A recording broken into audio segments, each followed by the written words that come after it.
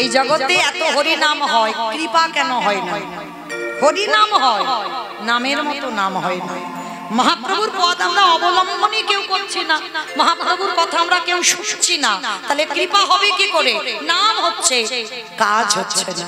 কেন?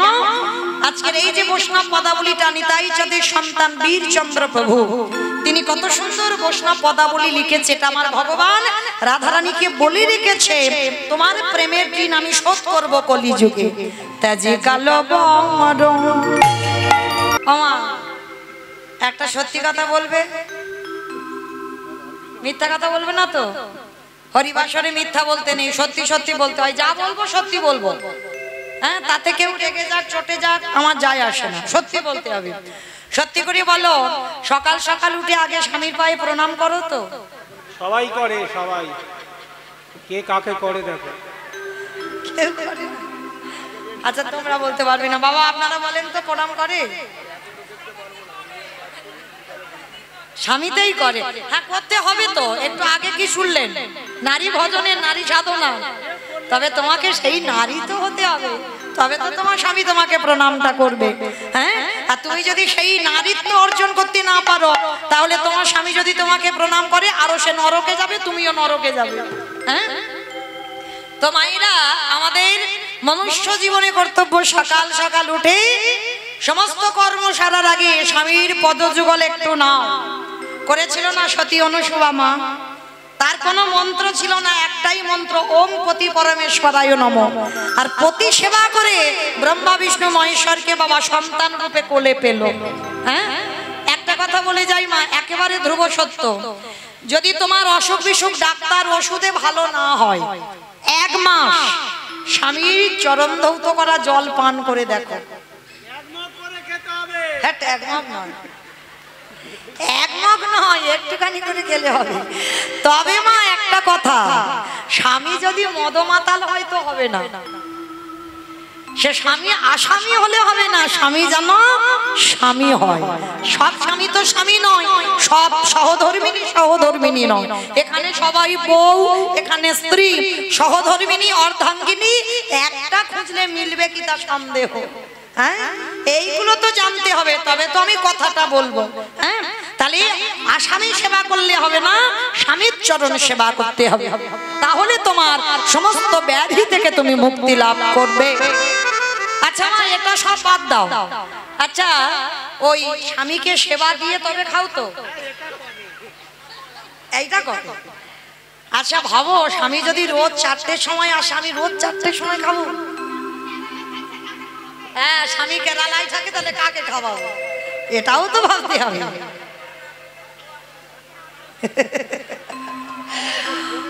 না, এখন তো ফোনের যুগ আছে, ফোনে খাওয়ালেই হবে। রাধে। তাহলে মাইরা, যারা সতী নারী হয়, এটা আমার কথা নয়, রাধারানী শেখালো। কারণ গুরুজন যদি ঘুমায়, গুরুজনদের কি করে ডাকতে হয় মা? স্বামী যখন ঘুমায় একটু বেলা হয়ে যায়, আর আমরা নারী জাতিরা একটু সকাল সকাল উঠতে হয়, সংসারে যাবতীয় কর্ম করতে হবে, আর স্বামীরা একটু বেলা করে ওঠে। আচ্ছা, যাদের স্বামী একটু বেলা করে ওঠে, স্বামীদের কি করে ডাকো গো?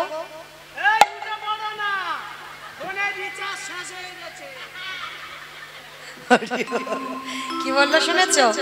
বলে এই উঠে পড়ো না, ফোনের রিচার্জ শেষ হয়ে গেছে। আছে অনেক মেয়েদের কণ্ঠটা এত কর্কশ বাবা, সে ঘরে যেন পাখি পক্ষীও বসবে না, সকালবেলা ডাক দেয়, কি গো এখনো মোষের মতো ঘুমাচ্ছ? কিন্তু আমি ডাকি না, সত্যি বলছি। স্বভাব হবে তৃণের মতো, গাছের মতো সহিষ্ণুতা অর্জন করতে হবে। গাছ রোদেতে দাঁড়িয়ে আছে, বৃষ্টিতে ভিজছে, তবু দেখো শক্ত হয়ে গাছ দাঁড়িয়ে আছে। একটুখানি অক্সিজেন, কোনো মানুষ যদি অসুস্থ হয়, একটুখানি অক্সিজেনের দাম কত? আর ওই গাছপালা দেখো আমাদের কত কত অক্সিজেন দেয়, তবু আমরা মূর্খ জীব, আমরা সেই গাছের ডালপালা ছিটে দিই। তবু কিন্তু গাছ প্রতিবাদ করে বলে না যে আমি তোমাদের এত এত অক্সিজেন দিই, তোমরা কেন আমাকে এমন ডালপালা ছিটে দাও? বৈষ্ণবতা অর্জন করতে গেলে, ভক্ত হতে গেলে ওই ঘাসের মতো নিচু হতে হবে, আর গাছের মতো সহিষ্ণুতা অর্জন করতে হবে। কেউ যদি হাজার কটু কথা বলে যায়, তুমি তার মুখের উপরে একটা কথা বলতে পারবে না। যদি একটা গালে চর মেরে যায় আর একটা গাল বাড়িয়ে দাও, মাথা নিচু করে অপরাধ না করেও স্বীকার করো যে আমি অপরাধ, তবেই তুমি কিঞ্চিত ভক্ত হবা, সৌভাগ্য অর্জন করবে। তাহলে ভক্ত চিনতে গেলে বাবা তার নয়নে দেখতে হবে, আর ভগবান চিনতে গেলে চরণ দর্শন করতে হবে। তো আজকে সেই বিশ্বের স্রষ্টা মালিক ভগবান সুদামাকে বলেছিল, পৃথিবীর মাটিতে সব থেকে বড় গুরু হলো যে যার ঘরের বাবা মা। আমার কথা নয়, আমার কথা বিশ্বাস করতে হবে না। যেতে হবে না নবদ্বীপ, যেতে হবে না বৃন্দাবন, হরিদ্বার, দক্ষিণ ভারত, পশ্চিম ভারত, কুম্ভ মেলায়, কোথাও যেতে হবে না। একবার জীবিত ভগবানকে বছর অন্তর সেবা করো। আর জীবিত ভগবান যে কথা বলতে পারে, যে খেতে পারে, তাকে সেবা করো। মাটির মূর্তি সেবা করো, পাথরের মূর্তি সেবা করো, পিতলের মূর্তি সেবা করো, ভালো ভালো খেতে দাও, খায় না, কথা বলে না, তাকে তুমি সেবা করছো। বছরান্তর দুর্গা পূজা, কালী পুজো সব পুজো করছো, ওই জীবিত ভগবানকে বছরান্তর একবার পূজা করো। এটা মনুষ্য জীবনে কর্তব্য বাবা, যে বছরান্তর একবার বাবা মাকে আসনে বসাও। আমরা হিন্দু ধর্মের মানুষ, সনাতন ধর্মের মানুষ, বাবা মার চরণ যুগল ধৌত করে, বাবা মার চরণে একটু পুষ্প নিবেদন করে, বাবা মাকে প্রণাম করে, একটু নিজের হাতে বছর অন্তর একবার যত্ন করে বাবা মাকে খাইয়ে দাও। যদি তোমার চরিত্র এমন হয়, ভগবান বলছে তাকে কোথাও যেতে হবে না, তাকে কৃষ্ণ বলতে হবে না, আমি কৃষ্ণ দয়াময়, সারা জীবন সেই ভক্তের দরজায় বন্দী হয়ে যায়। তাই বাবুর প্রেমানন্দে করিব। তাই তো আমার ভগবান কৃষ্ণ রাজস্বই যজ্ঞে আজকের পা ধোয়ার কাজটা করছে। কেন? নিজে আচরি ধর্ম জীবেরই শিক্ষা, সবাইকে চৈতন্য দান করছে ভগবান। শুধু পা ধোয়ালো না, আর একটা কাজ, ভক্তরা প্রসাদ পেয়েছে। যেমন কালকে কত ভক্ত প্রসাদ পাচ্ছে, কত অন্ন ব্যঞ্জন তৈরি হয়েছে, জানি না বাবা কারা পাতাগুলো গুড়িয়েছে। যদি তাদের কানে যায় আমার এই আওয়াজ, যারা ওই এঁঠো পাতাগুলো গুড়িয়েছে তারা নিজেরা জানে না কি অমূল্য সম্পদ তারা কাল পেয়েছে।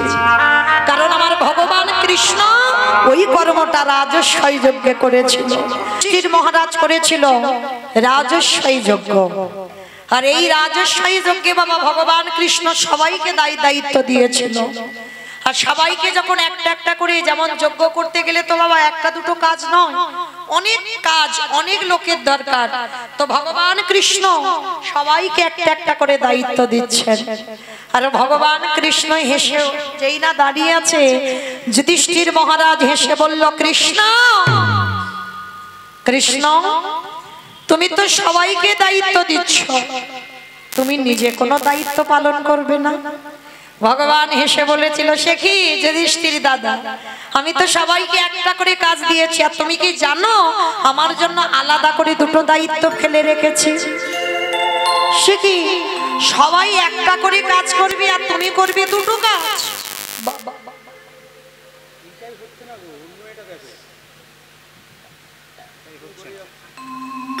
বলে হ্যাঁ আমি দুটো কাজ করব। কি কি কাজ?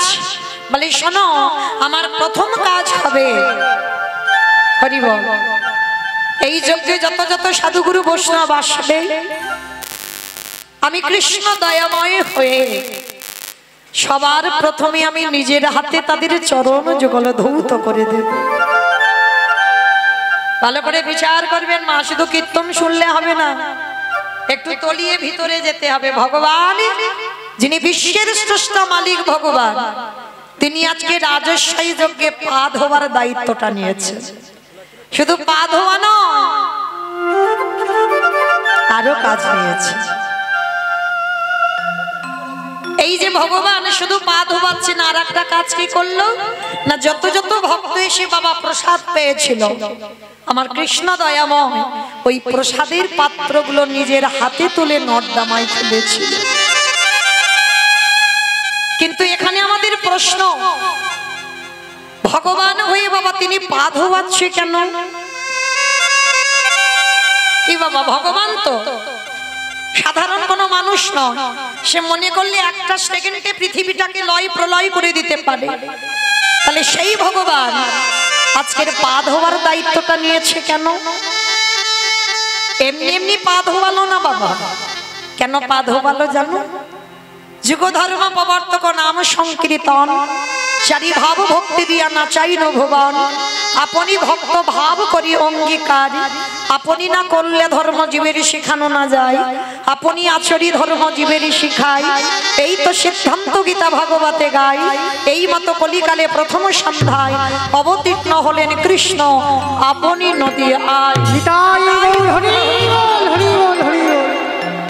তাহলে বিশ্বের শ্রেষ্ঠ মালিক ভগবান আজকে নিজে আচরণ করে জগৎকে শেখালো, ওরে জগৎ আমি নিজে ভগবান হয়ে ভক্তদের চরণ ধোয়াচ্ছি, তোরাও আমাকে দেখে শেখ।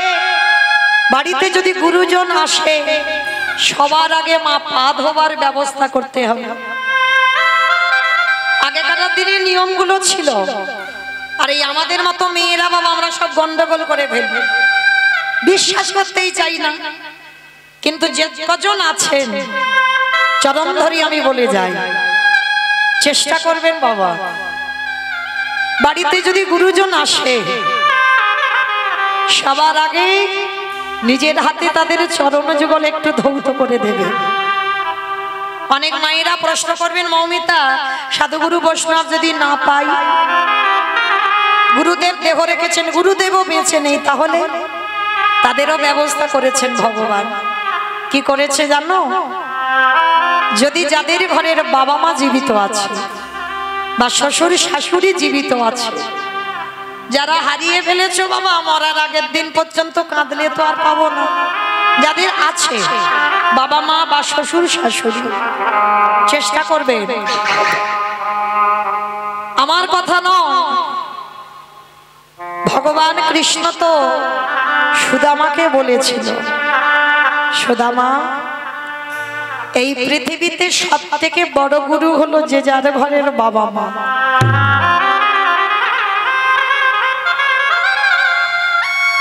তারপরে গুরু হলো শিক্ষা গুরু, দীক্ষা গুরু, তারপরে গুরু হলাম আমি ভগবান। ওই একবারও তোমার কৃষ্ণ বলেনি সবার আগে আমি বড় গুরু? বাবা যে বড় হয় সে কোনোদিন মাথা তুলে বলে না আমি বড়। সমাজ যদি তাকে বলে বড় তো বড়। আর দেখবেন বাবা বড় যদি হতে চাও সবার আগে বাবা ভক্ত পদতলে লুটিয়ে যায়। যেমন ভক্তদের চিনবে কি করে, ভগবান চিনবে কি করে? ভগবান চিনবে চরণে আর ভক্ত চিনবে নয়নে।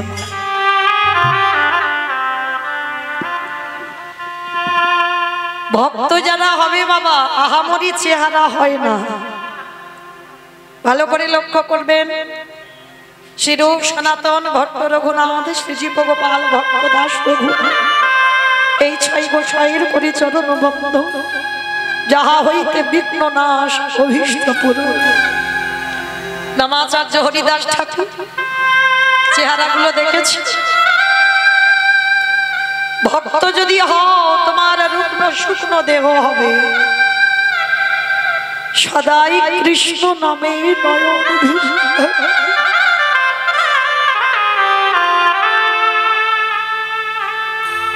একবার কৃষ্ণ নামে যার হৃদয়টা দুলে ওঠে,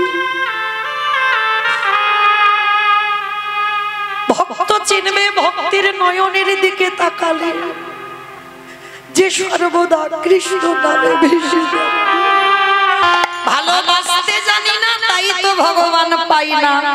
যেদিন প্রহ্লাদের ওই মুখে মা বিষের নাড়ু তুলে দিল, যখন কারাগারের মা যেখানে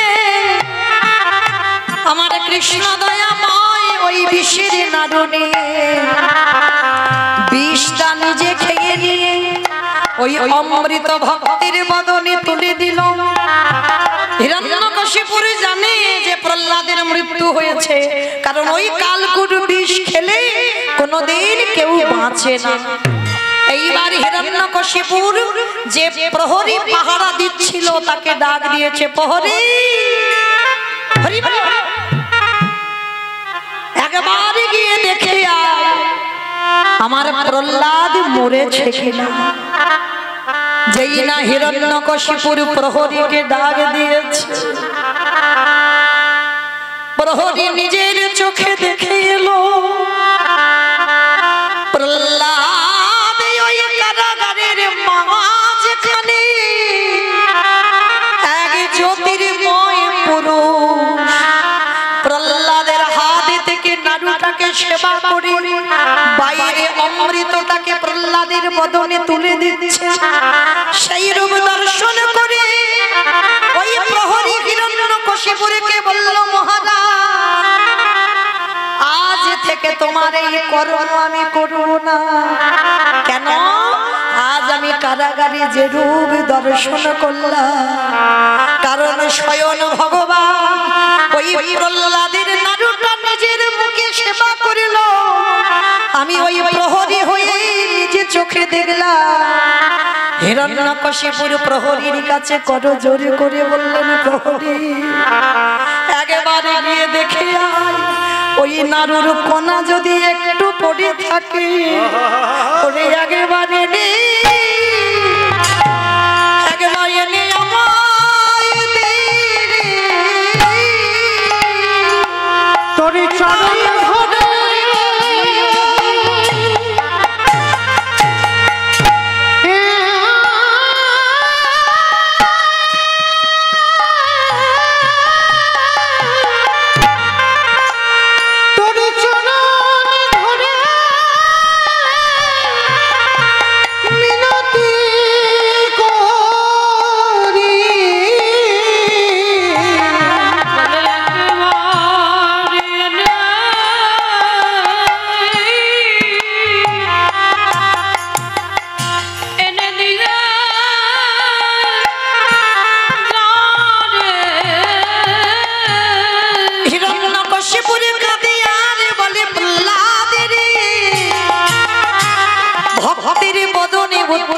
প্রসাদে যদি আমি একটু সেবা করি আমার অসুর জনম জনম ধন্য হবে।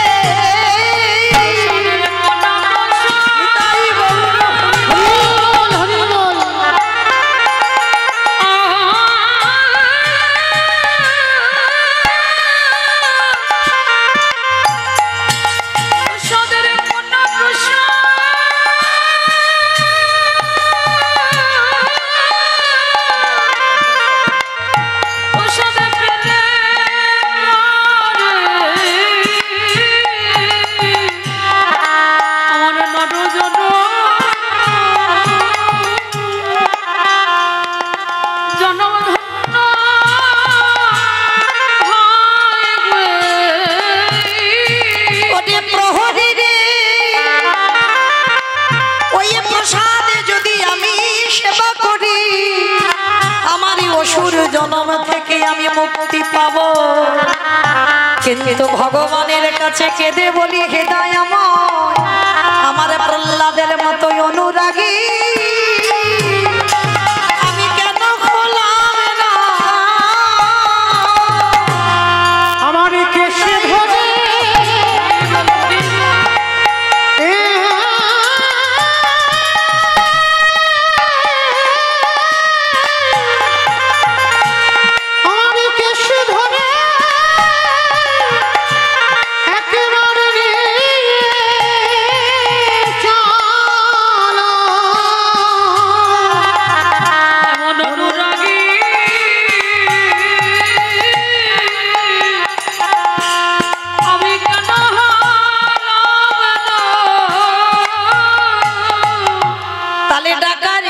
যদি ডাকা যায়, ভালোবাসার মতো যদি বাসা যায়, আমরাও প্রহ্লাদের মতো কৃপা লাভ করতে পারি। তাই ভক্ত বাৎসল্য ভগবান ওই ভক্তের এঠোগুলো যখন গায়ে মাখে, যুধিষ্ঠির মহারাজ ছুটে এসেছে, কৃষ্ণ ভক্তদের পা ধোয়াচ্ছিস মেনে নেওয়া যায়, ভক্তদের এঁঠোগুলো মাখছিস এটা কেন করছিস? ওদের পা ধোয়াচ্ছিস ঠিক আছে, এঁঠো পরিষ্কার করছিস ঠিক আছে, কিন্তু এঁঠোগুলো মাখছিস কেন কৃষ্ণ? ভগবান হেসে বলল, যুধিষ্ঠির দাদাকে, দাদা গো, এই জগতে সবাই তো অপরাধ করে, সবার পাপের বিচার আমি স্বয়ং ভগবান করি। দাদা সবাই পাপী, আর আমি কি জানো? বলি আমি হলাম দাদা মহা পাপী। এ জগতে সবার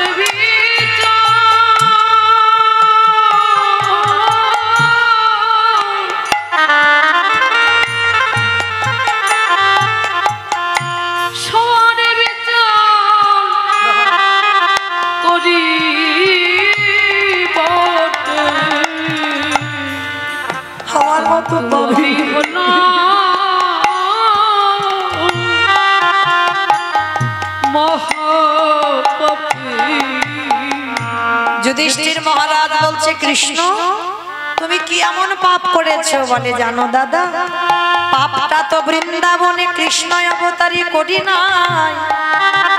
তাহলে কবে করেছিলে? ত্রেতা যুগে রামচন্দ্রের অবতারে, যেদিন রাম অবতারে 14 বৎসরের জন্য বনবাসী হলো। হরি বল। বাবা একজন দাস ছিল, কে গো? হনুমান, তাই না? এইটা হনুমানের মৃত্যু উপলক্ষে অনুষ্ঠানটা হয়। বেশ, তাহলে তো একটু বলতেই হয় বাবা। এই হনুমান দাস কিন্তু রামচন্দ্রের প্রথম ছিল না, হনুমান দাস ছিল বাবা সুগ্রীবে। ভালো করে যারা রামায়ণ পড়বেন, রামায়ণ জ্ঞানী, ভালো করে দেখবেন, রামচন্দ্রের দাস নয়, সুগ্রীবের দাস ছিল। হ্যাঁ, তাহলে সুগ্রীব পাঠিয়েছিল রামচন্দ্রকে দেখভাল করবার জন্য। হ্যাঁ, যেমন কালকের আমার কীর্তনে যারা ডোনেট করেছে, যারা সাহায্য করেছেন কালকের আমার উত্তর গোষ্ঠ, তারা তো আমার এই দেশের কাজে লেগেছে, দেশ রক্ষার জন্য তারা লেগেছে। ঠিক ঠিক সেই রকম রামচন্দ্রকে রক্ষা করবার জন্য সুগ্রীব হনুমানকে পাঠিয়েছিল রামচন্দ্রের কাছে। তাহলে হিসাবে রামচন্দ্রের দাস নয়, পরে দাস হয়েছে হিসাবে বাবা হনুমান সুগ্রীবের দাস ছিল, সুগ্রীবের কাছে কর্ম করত। আর সুগ্রীব পাঠিয়েছিল রামচন্দ্রকে মানে সব সময় সুরক্ষিত করবার জন্য হনুমানকে দায়িত্ব দিয়েছিল। সেই হনুমান 14 বছর পর যখন রামচন্দ্র ফিরে আসবে, হনুমানকে বলেছিল, হনুমান তুমি কি চাও আমার কাছে? ভক্তের লক্ষণ দেখেন মা, ভক্ত কোনোদিন নিজের জন্য কিছু চায় না, কোনোদিন চাইবে না। যে ভক্ত হবে বাবা সে কোনোদিন বলবে না আমি ভালো থাকি। হ্যাঁ, যে ভক্ত হবে সে প্রণাম করতে গেলে ভগবানের কাছে একটাই কথা বলবে, প্রভু তুমি সবাইকে ভালো রেখো। সবাই মানে পৃথিবীর সকলকে ভালো রেখো, সে আমার শত্রু হোক আর আমার মিত্র হোক। যারা ভক্ত হবে তাদের মুখে প্রথমে এই কথাটা আসবে। আপনাদেরও বলে যায় যে নিজে ভালো থাকবো, নিজের পরিবার ভালো থাকবে না। যে জগতের জন্য কাঁদে, যার হৃদয় জগতে সবার জন্য কাঁদে, তবেই তুমি মানুষ। তার রামচন্দ্র যেই না বলেছে, হনুমান আমি তো অযোধ্যায় ফিরে যাব, 14 বছর হয়ে গেলে, তুমি কিছু তো চাও। হনুমান কেঁদে বলেছিল, হে রাম দয়াময়, যদি একান্ত তোমার কিছু দিতেই হয় বলো কি চাও? তুমি একবার আমার মাকে দর্শন দাও। সন্তান কেমন হওয়া উচিত দেখেন বাবা, হনুমানের কাছ থেকে শিখে নেন। বলছে আমার মাকে দেখা দাও। আমার মা অঞ্জনা বসে বসে কাঁদে, কারণ হনুমান যখন রামচন্দ্রের সেবা হলো, তারপর থেকে অঞ্জনা মার সঙ্গে সাক্ষাৎ হয়নি। অঞ্জনা মা কেঁদে কেঁদে একেবারে অন্ধ, চোখে দেখতে পাই না। আজকের হনুমান বলল, তাহলে কৃপা যদি করতে হয় তুমি আমার মাকে কৃপা করো। বেশ হনুমান, তোমার কথা শিরোধার্য, আমি তোমার মাকেই কৃপা করব। রামচন্দ্র অঞ্জনা মার কাছে গেছে, অঞ্জনা মার কাছে গিয়ে ডাকছে মা। অঞ্জনা মা তো চোখে দেখতে পাই না, চারিদিকে হাঁচা করে আসছে। কে কে আমায় মা বলি ডাকলো? এমন হৃদয়ে জুড়ানো মা ডাকতো কোনোদিন আমায় কেউ ডাকেনি। কে রে বাবা তুই? রামচন্দ্র গিয়ে একেবারে সষ্টঙ্গে অঞ্জনা মার চরণে রামচন্দ্রের মাথা। ভালো করে দেখেন মা, যিনি বিশ্বের শ্রেষ্ঠ মালিক ভগবান, তার মাথাটা পড়েছে অঞ্জনা একটা বানরীর চরণে। যেই না মাথাটা পড়ল, পরশ মনের পরশে যদি লোহা সোনা হয়ে যায়, আরে আমার গোবিন্দ পরশে না জানি জগতে কি না হয়। অঞ্জনা মায় আমার ওই রামচন্দ্রের সর্বঙ্গে হাত বুলায়ে বলে উঠল, হেরে বাবা বল বল মা, হনুমান এলি কিনা?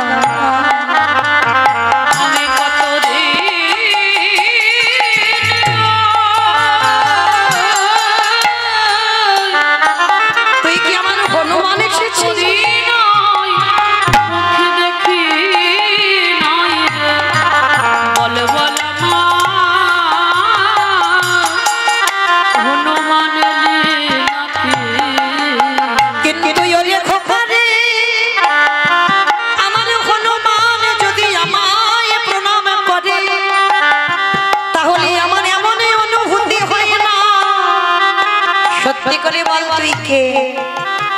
হনুমান পাশে ছিল। মা আমার কথা রেখে দাও মা, একটা কথা বলি, আমি তোমার হনুমান।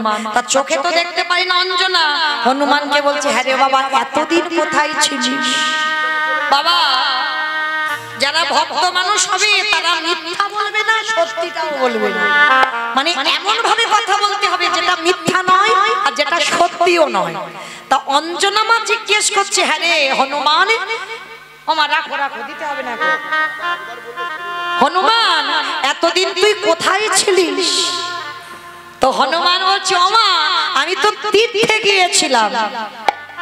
ভালো করে অনুভূতি রাখবেন, মিথ্যা বলল না, সত্যি বলল না। বলল আমি তীর্থে ছিলাম বাবা, তাহলে সত্যিও নয় আর মিথ্যাও নয়। কারণ যেখানে ভগবানের চরণে পরশে পড়ে সেইটাই তো তীর্থস্থান হয়ে যায়। আর সেই রামের চরণে তো হনুমান ছিল, ওই জন্য মা অঞ্জনাকে বলছো, মা আমি তীর্থে গিয়েছিলাম। তীর্থে? বলে হ্যাঁ।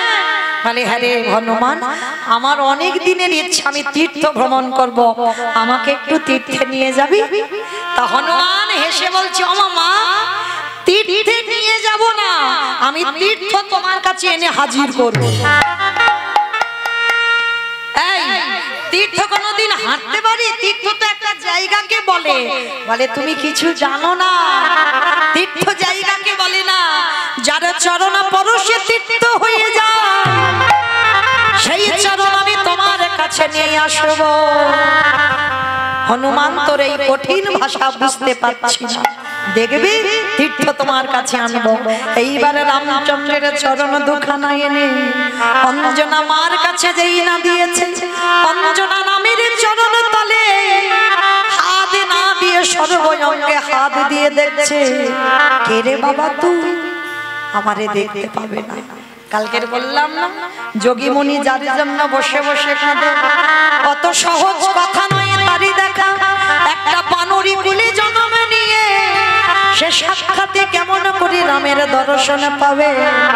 করুণা সিন্ধু ভগবানে আমার ওই পুরুষোত্তম রামচন্দ্র ভগবান যেই না নিজের হাত খানা অঞ্জনা মায়ের চোখে বুলাইয়া দিল। বলি দৃষ্টি শক্তি ফিরে ওই পরশ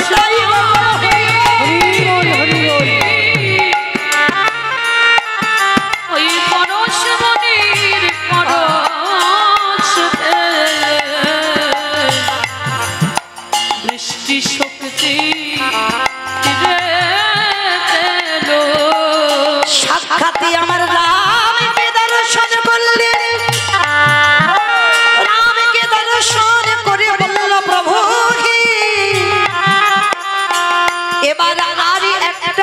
বেশি তোমার কাছে চাই।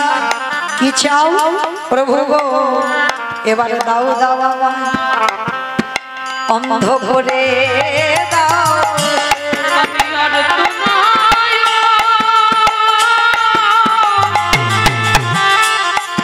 আমি আর তো নয়ন চাই না প্রভু, আমায় দাও দাও অন্ধ করে দাও। রামচন্দ্র বললেন মা তুমি তো সবে দৃষ্টিটা পেলে আবার অন্ধ হতে চাইছো কেন? ওরে রাম রে, যে নয়নে একেবারে প্রভুর চরণ দর্শন হয়ে যায় সেই নয়নে আর বাচ্চাকে জগতের কিছু দেখতে ভালো লাগে না। তাই আমি আর জগতের কিছু দেখতে চাই না।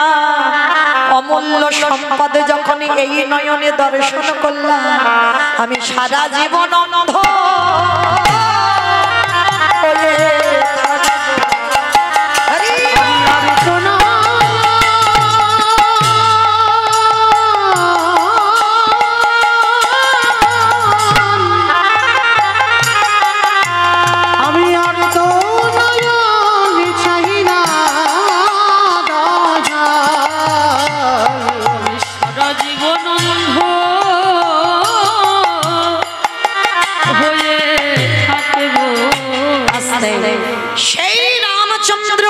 হয়ে ছিল হনুমান।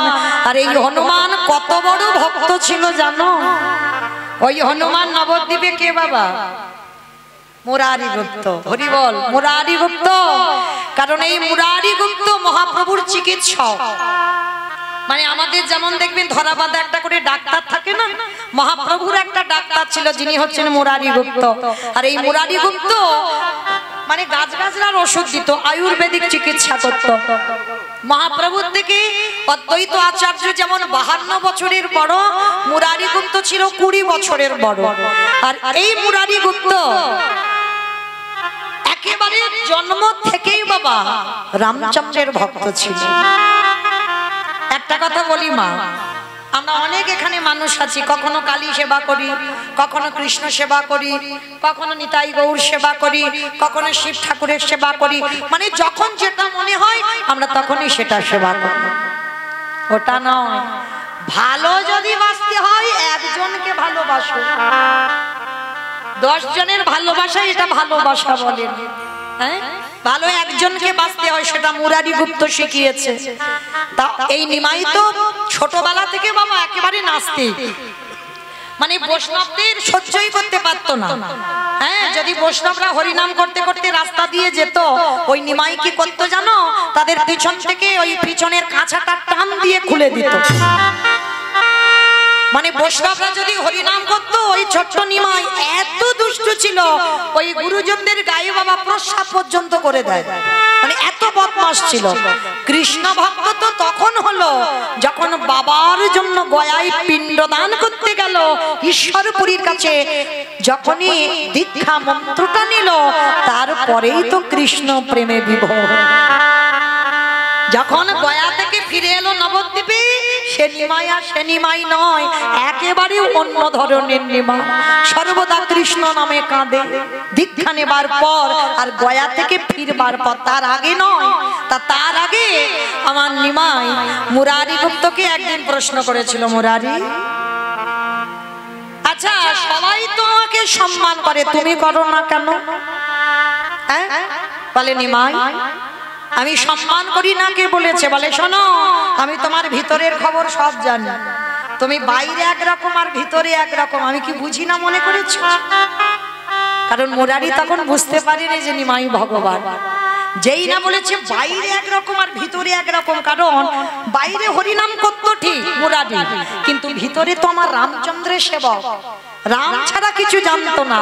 ওই জন্য যেই না নিমাই বলেছে তুমি বাইরে এক আর ভিতরে এক, সঙ্গে সঙ্গে মুরারির মনটা কেঁপে উঠেছে। এ ছেলে জানলো কি করে? আমি ভিতরে যে কাকে সেবা করি সেটা আমি ছাড়া তো কেউ জানে না, এ বেটা জানলো কি করে? তাহলে তো একদিন জানতেই হয়। এ কি করে জানলো আমার খোলের খবর? জানতে হয়। যখন বাবা গয়া থেকে ফিরে এসে উন্মাদ হলো তখন তো বুঝতে পেরেছিল নিমাই হলো কৃষ্ণ। আজকে সবাই নিমাইকে ভগবান রূপে প্রণাম করে, কিন্তু মুরারি গুপ্ত কোনোদিন করে না। 20 বছরের বড় বলে নয়, যেমন অদ্বৈত আচার্য তো 52 বছরের বড়, তবু প্রণাম করে নিমাইকে। কেন? নিমাই ভগবান, বিশ্বের স্রষ্টা মালিক, সবাই নবদ্বীপে প্রণাম করে, কিন্তু মুরারি গুপ্ত একদিনের জন্য প্রণাম করে। একদিন আমার নিমাই প্রশ্ন করেছিল, মুরারি সবাই প্রণাম করে, তুমি তো কোনোদিন আমাকে প্রণাম করো না। মুরারি কত জোরে করে বলল, হে দয়াময়, একান্ত যদি আমার প্রণাম তুমি গ্রহণ করতে চাও তাহলে ওই রূপে দাঁড়ালে হবে না, তুমি একবার রাম হয়ে দাঁড়াও দেখি। তাই গৌর হরিব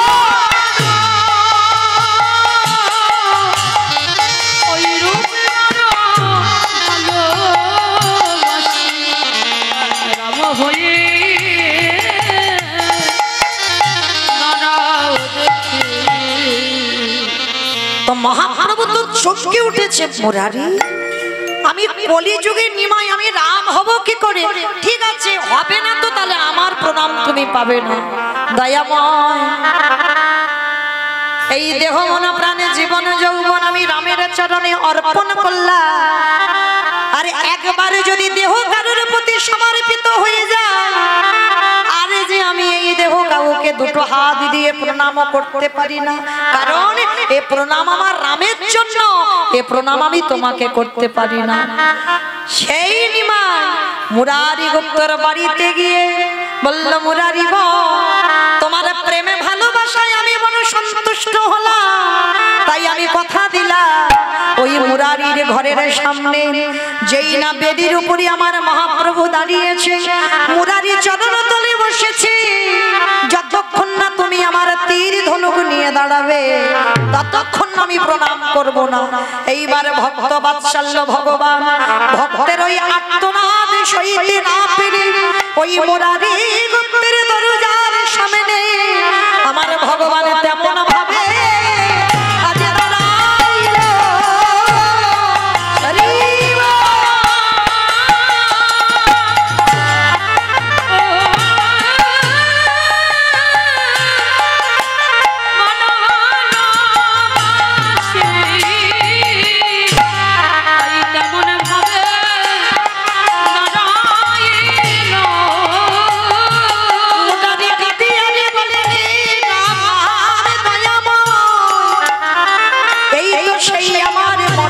পুরুষোত্তম ভগবান, এই হলো আমার পদ্ম পলাশ লোচন হরি, এইবার তুমি আমার প্রণাম গ্রহণ করো।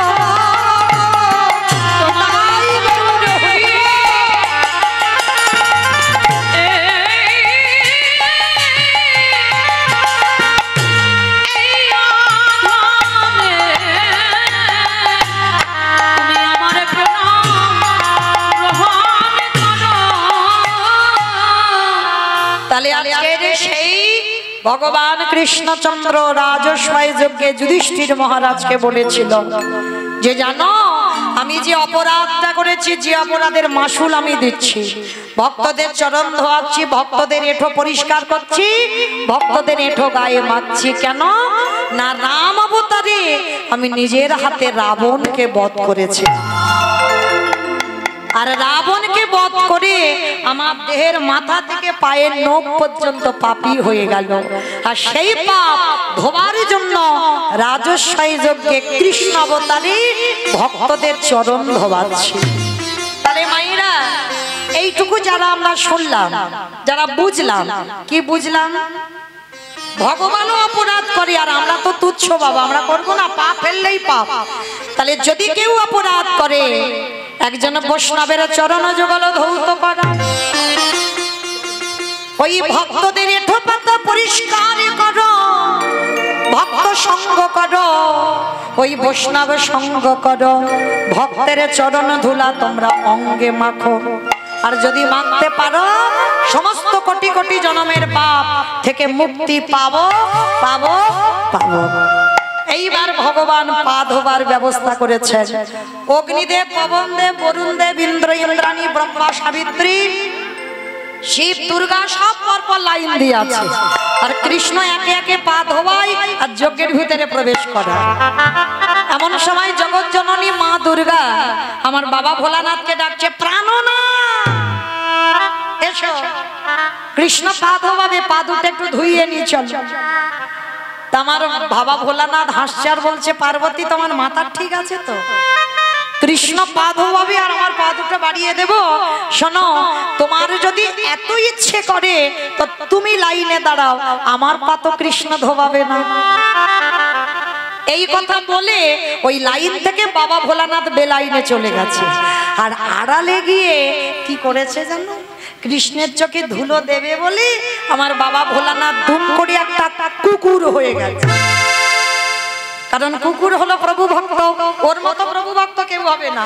কুকুর হয়েছে, আর কুকুর হয়ে যাবে কোথা থেকে? কোন দিক থেকে যাওয়ার জায়গা নেই। তাহলে যাবে কোথা থেকে? কৃষ্ণ হেড হয়ে পা ধোয়াচ্ছি, পায়ের মাঝখানটা ফাঁকা মতো দেখেছি। আর বাবা মনে মনে করছে ওই পায়ের ফাঁক দিয়ে, পায়ের তলা দিয়ে বলে যজ্ঞের ভিতরে চলে যাবে। এইবার ভোলানাথ কুকুর হয়েছে, পিছন থেকে আসছে, আর কৃষ্ণের চোখ তো চারদিকে ঘুরে ঘুরে বেড়াচ্ছে। কি বাবা, আমি কীর্তন করছি, আমি একটু উপরে দাঁড়িয়ে আছি ঠিক কথা, কিন্তু কে কীর্তন শুনছে, কে শুনছে না, কে গল্প করছে, কে হেসে যাচ্ছে, আবার কে বসে বসে আমি দেখতে পাচ্ছি না। কিন্তু মা, আমি দেখতে না পেলে কি হবে? যে বেটা ওই সিংহাসনে বাঁশিটা বাজাচ্ছে, কথা সোজা নয়, খাতা কলমে হিসাব করে সময় মতো পৌঁছে দেবে। তাইবার আমার ভগবান তো নিচু হয়ে দেখছে, বাবা ভোলানাথ কুকুর হয়ে পিছন থেকে আসছে। আর পিছন থেকে এসে বাবা সবে মাত্র কৃষ্ণের পায়ের ফাঁক দিয়ে মাথাটাকে, আর যেই না মাথাটা দিয়েছে, কৃষ্ণ দুটো হাঁটু নিয়ে কুকুরের কানের কাছে। এইবার দেখ কেমন লাগে। আর যেই না কুকুরের কানের কাছে চেপে দিয়েছে, কুকুর এবার কি করবে? কেউ কেউ করবে, বারবার বলছে কৃষ্ণ ছেড়ে দে, কৃষ্ণ ছেড়ে দে, কৃষ্ণ ছেড়ে দে। বলে ছাড়বো বলে ধরি নাই। হে বৈষ্ণব গোসাই, তোমার মতো বৈষ্ণবীর দুটো পা ধোবালে বোধহয় কম হতো, তাই তো কৃপা করে করুণা করে আমার জন্য আরো এক্সট্রা দুটো জুড়ে দিয়েছো। বুঝেছো? শিব ঠাকুরের কটা পা? দুটো পা। আর কুকুরে চারটে। ভগবান কত চালাক দেখো, তোমার মতো বৈষ্ণবীর দুটো পা ধোয়ালে কম হতো, ওই জন্য তো তুমি আমার জন্য আরো এক্সট্রা দুটো জুড়েছো। এবারে দাও দাও ছোট, তুমি বাজাইয়ে দাও।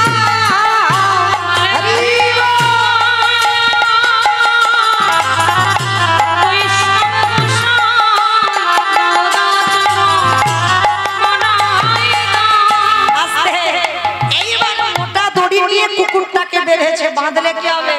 কুকুরের চারটে পা শুধু ছটফট করছে। ভগবান বলে এবার পায়ের ব্যবস্থা করতে হবে, দাঁড়া। মোটা দড়ি নিয়ে কুকুরটাকে বেঁধেছে, আর যত বাঁধে শুধু ছটফট করে। ভগবান বলে দাঁড়াও।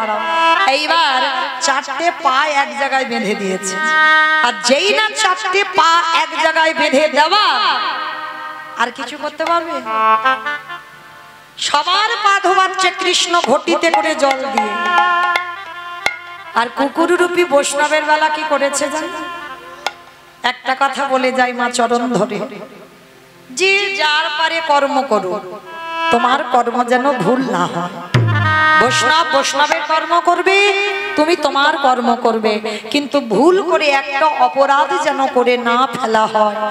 বৈষ্ণবের বাড়িতে যদি হয় ক্ষুদ্র অপরাধ,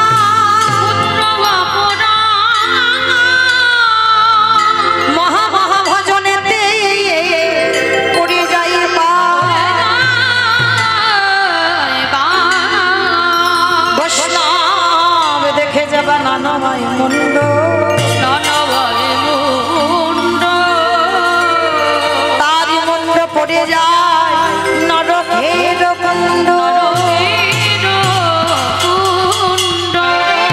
বৈষ্ণব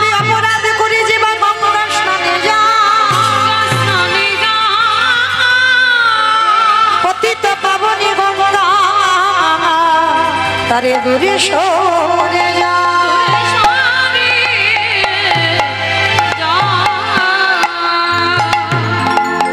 আজকের আমার ভগবান সেই বৈষ্ণবকে কোন জায়গা দিচ্ছে দেখেন। হ্যাঁ, আমরা করি কৃষ্ণ সেবা পূজা, আর আমার ভগবান কার পূজা করে? এই গো মায়ের শিব ঠাকুরের পূজা করে। হ্যাঁ, শিব ঠাকুরের ব্রত এই যে শ্রাবণ মাস, কি আর একটা সোমবার আছে তো আজকে, রাধে।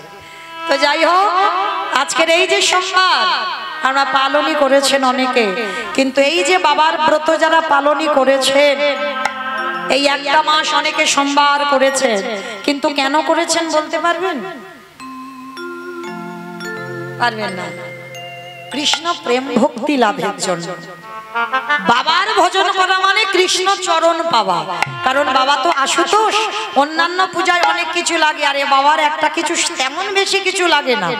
হ্যাঁ, একটু দুধ, গঙ্গা জল, বেলপাতা, একটা বাতাসা হলেই হয়ে যাবে, আর কিছু লাগবে না। হ্যাঁ, তো এই বাবার চরণ সেবা করা কেন? বাবা তো বৈষ্ণব, আর ভগবান বলছে আমার থেকে আমার ভক্তকে যে বেশি ভালোবাসবে আমাকেই অচিরেই পেয়ে যাবে। তাহলে ভোলানাথের চরণ সেবা করা মানে ভোলানাথের কাছে একটাই বস্তু চাইবে, হে ভোলানাথ, আমার যেন তোমার মতো কৃষ্ণ প্রেম ভক্তি লাভ। হ্যাঁ, এর জন্য শিব ঠাকুরের ব্রত করা। তো আজকে সেই বাবা ভোলানাথের চরণ সেবা করছে আমার ভগবান। তাহলে ভগবান কতটা ভক্তকে ভালোবাসে। আর যখন ভগবান সবার পা ধোয়াচ্ছে ঘটিতে করে জল দিয়ে, আর ভোলানাথ রূপী কুকুরে চারটে চরণ বুকে নিয়ে কৃষ্ণের চোখের জলে চরণ ধোয়াচ্ছে, সেই সময় ভোলানাথ রূপী কুকুর বলল, কৃষ্ণ আগত কলিযুগে আমি কথা দিলাম আমি আর শিব রূপ হয়ে যাব না। কি হব? আমি হব অদ্বৈত আচার্য মশাই। তুই আমার কৃষ্ণ নয়, তুই হবি নদিয়ার নিমাই চাঁদ। 12 বছর তুলসী ভাষায় আমি যখন তোকে আহ্বান করব, তুই নদিয়ার মাটিতে নামবি, আমি শান্তিপুর থেকে তোর সঙ্গে দেখা করতে যাব। আর এই যে রাজস্বাই যজ্ঞে তোর চোখের জল কুকুরের পায়ে পড়ল, এই কুকুর তোর কাছে ঋণী হয়ে গেল, এই ঋণ কলিযুগে শোধ করব। যেদিন তুই নিমাই হবি, যেদিন আমি অদ্বৈত আচার্য হব, যেদিন 12 বছর পর তোর সঙ্গে আমার সাক্ষাৎ হবে, তোর থেকে আমি 52 বছরের বড় হব, যেদিন দুজনে প্রথম মুখোমুখি হব, হরি এমনি করে চল আমি ধোবাইব।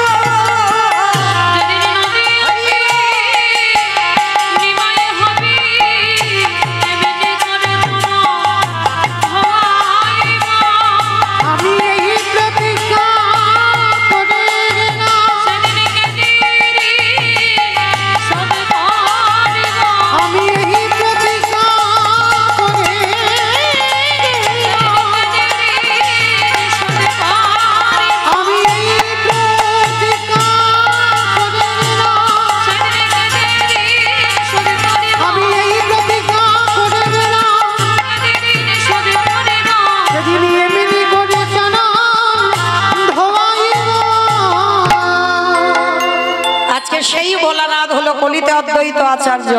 তাহলে ভগবান জগৎকে শেখালো আমি প্রকৃত ভক্ত বড় ভালোবাসি, আমি ভক্তের অন্য কিছু চাই না, আমি ভক্ত বড় ভালোবাসি। আর সেই ভগবান নদিয়ার মাটিতে শয়নে আছেন, শ্রীবাস সঙ্গনে সারা রাত্রি কীর্তন করেছেন, আর করে বাবা একটু ভোর ভোর হব সেই সময় শয়ন করেছেন। কিন্তু মায়েরা এখনো কি আমার মহাপ্রভু ঘুমাচ্ছে? কি গো মা, ঘুমাচ্ছে? এটা লীলা। কারণ ভগবান ঘুমাচ্ছে না, কারণ ভগবান কপট নিদ্রায় আছে। দেখি ভক্ত কি করে। আলসে অবসন্ন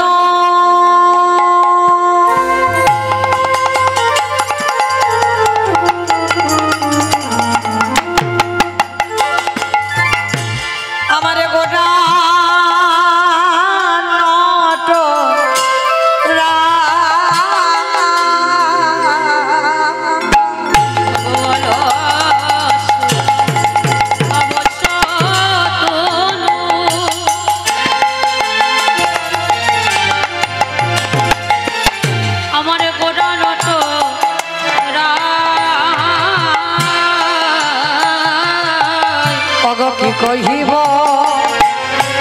অঙ্গ সভা কহনে না যায়।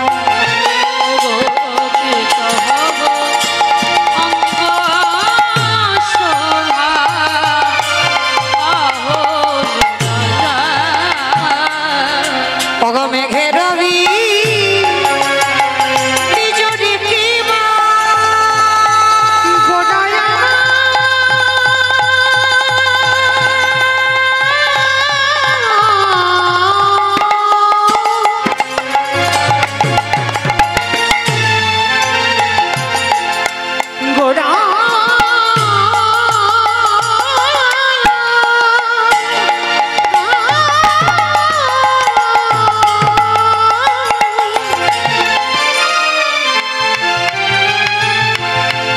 গোড়া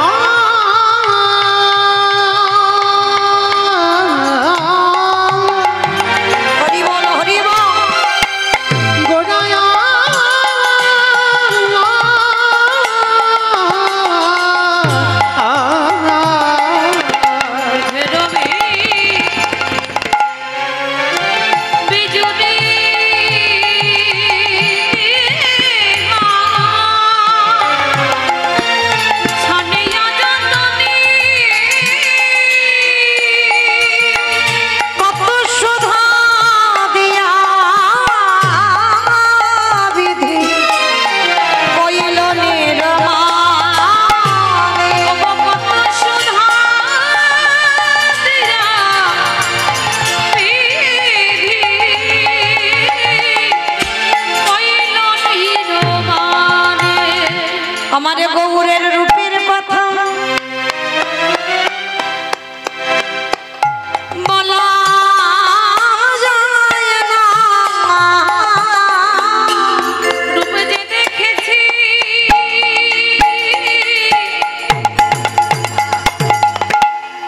সেই তো জানে গৌরের রূপে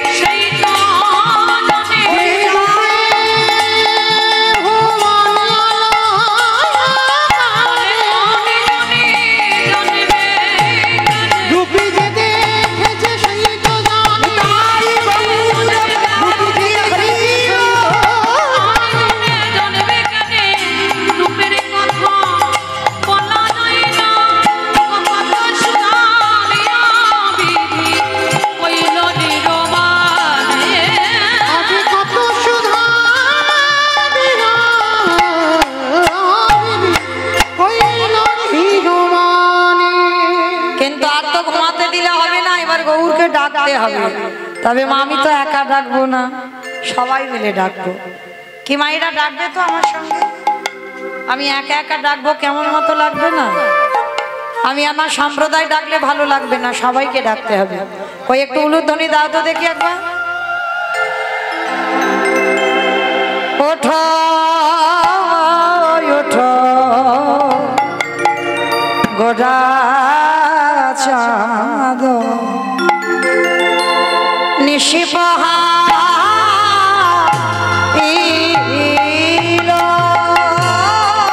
उठो उठो निशिपहा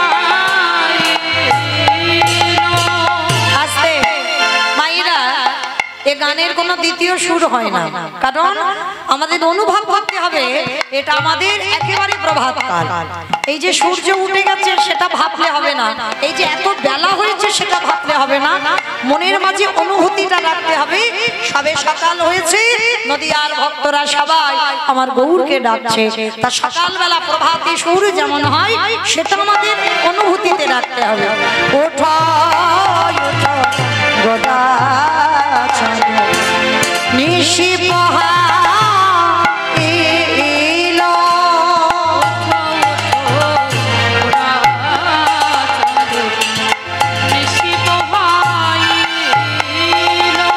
ওগো নদিয়ার লোক সব জাগিয়া উঠিল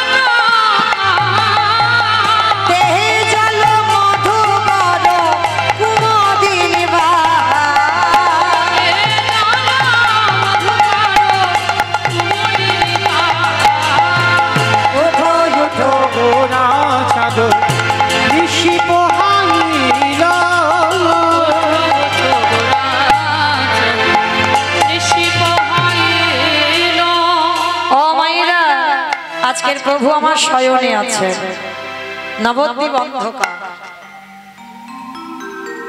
সুরধ্বনি গঙ্গায় আর স্রোত বহে না গাছের ডালে কোকিল কোকিলা কেহ বারে গুনগুন রবি গান করে না ওই নদী আর মানুষ সবাই জানো কি হাদায়ে বসে আছে একটু ভাবেন তো মা তাহলে আজকের নিমাই ঘুমাচ্ছে আজকে শুধু ঘুমাচ্ছে আজকের এই অবস্থা আর যেদিন নিমাই নদিয়া ছেড়েছে কেউ মা একবার ভাবেন অনুভব করেন আজকের ঘুমিয়েছে শুধু উঠবে কিন্তু যেদিন সন্ন্যাসী হলো আর তো কোনোদিন জন্ম ভিটাতে আসতে পারবে না স্ত্রী বদল দেখতে পাবে না তাহলে সেদিন নদিয়ার মানুষের পরিণতিটা কিছু জানো এই বিষ্ণুপ্রিয়ার কথা একটু না বললে কম পড়ে যায়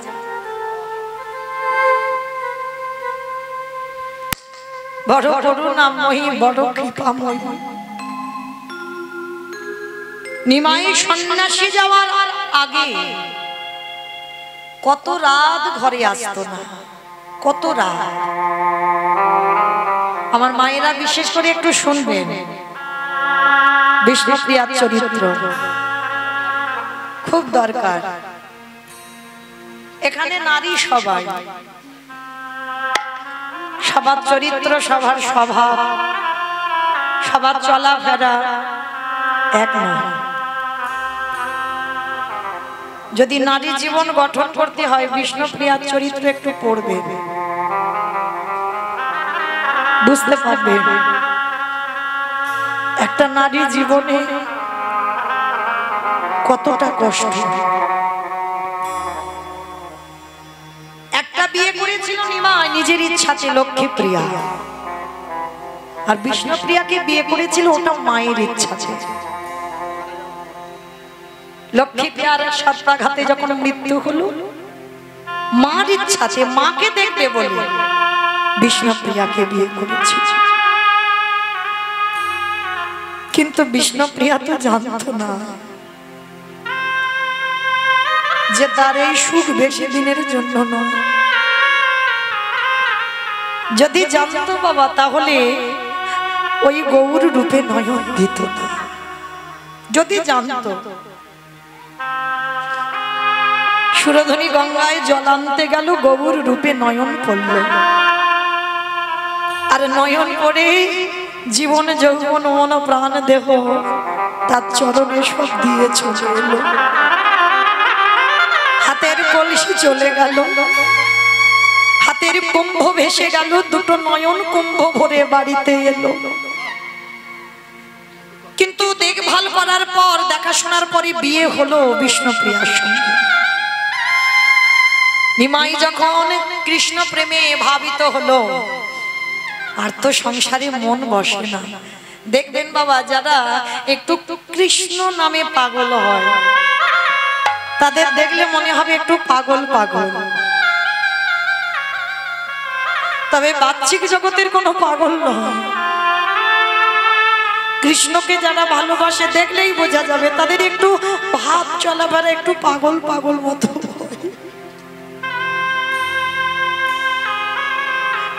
শ্রীবাসের ঘরে কীর্তন করতে করতে সারা রাত কেটে যেত, আর ওই ছোট্ট বিষ্ণুপ্রিয়া 14 বছর বয়স, কেঁদে কেঁদে বালিশ ভিজে যেত।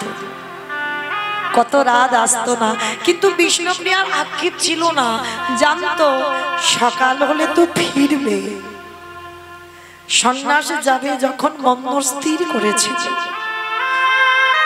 বিষ্ণুপ্রিয়া চরণ দুটো ধরে বলেছিল, প্রাণনাথ তুমি চলে যেও না, তুমি তো এমনি কত রাত আসো না, তাতে আমার দুঃখ নেই। আমি জানি সকালবেলা তো আসবে, নাই বা আমি রাতটুকু কষ্ট পেলাম, কিন্তু তুমি যদি সন্ন্যাসী হও তাহলে তো কোনোদিন আমার মুখ দর্শন করতে পারবে না, কোনোদিন তুমি জন্মভিটাতে আসতে পারবে না, চিরজন্মের মতো তোমাকে বিদায় দিতে হবে।